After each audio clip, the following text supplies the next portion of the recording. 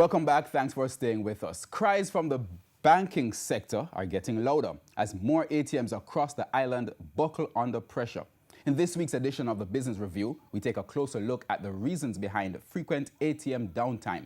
TVJ's Andrew Laidley reports. If you've ever seen an error like this one at the ATM, then you've probably experienced the ATM being down when you need it the most.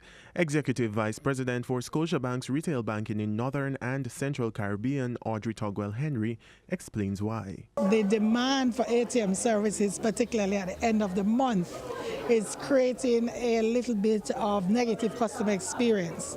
So even though we have a number of ATMs at the month end when everyone gets paid, the convergence on the network is creating some downtime. She says the machines are processing more transactions than they were created to manage. The machines tend to do, they're built around doing somewhere between 7,000 to 8,000 transactions. That is kind of what the manufacturers would expect. But we have ATMs in Jamaica that are doing 24,000, 23,000 transactions in a single month. And that's one single machine. And that's one machine. When that machine, especially the older machines, were built to do fewer transactions. So part of what causes the downtime is the excessive demand on the ATMs. So what's being done to relieve the pressure? We are increasing the currency value, so we're putting in more $5,000 notes in the ATMs to allow the ATMs to hold more cash. We're also expanding the fleet. We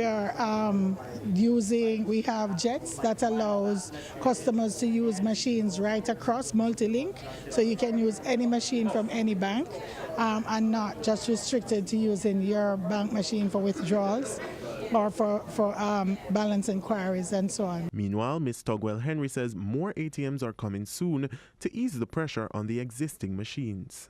If I were to speak for Scotiabank, we'll be adding across the rest of this year maybe another 45 machines, right? But I'm sure each bank has their own plans to increase their network as well. Andrew Laidley, TVJ News.